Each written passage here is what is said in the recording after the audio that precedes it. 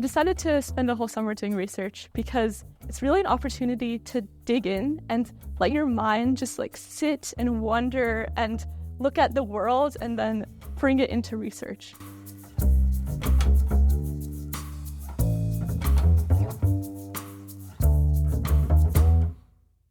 I'm working with quantum dots, which are a semiconductor-based nanoparticle, and I'm interested in figuring out how to control the self-assembly of these quantum dots. This is a wonderful time to be an engineer and a scientist from the perspective of there's a clear need for what needs to be developed, and there's a huge opportunity space for how to develop these technologies. So I'm working on assembling the electrical systems for an array of wave energy converters. Basically, the idea of them is to be a new source of renewable energy, stick them in the ocean, a little bit offshore, and they'll generate electricity from the movement of the actual waves in the sea.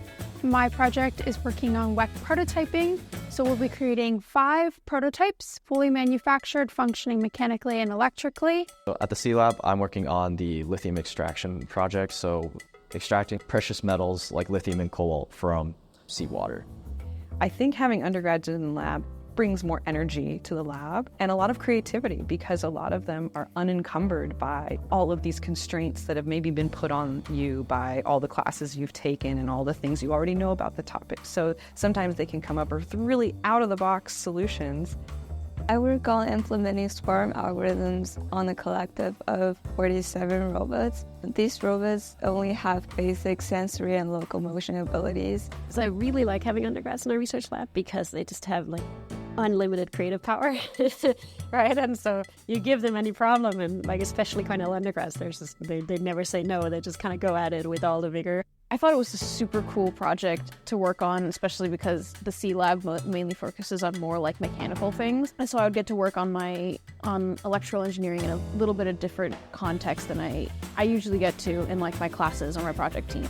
I think one thing that's really important in a lab is to feel like it's a space that you are a part of as a community. Like a lab doesn't exist without the students. I can't be a lab of one. And I think as a lab, you're basically a small organization. You have a mission, you have a vision, you have values, you have goals. The most rewarding part of research is going through so much failure and then finally reaching success. I think it's just that process, and it's really easy to get overwhelmed and stuck, and it can be slow during the challenging parts. But by the end, you can look back and be like, wow, I've learned so much. Like going into this lab, I didn't know what a quantum dot was. I didn't know anything about this field, but now I'm able to look back and I'm able to present in front of a group of people about the work that I'm doing. I still think it's useful to confirm that maybe I do love research. How should I know unless I do it?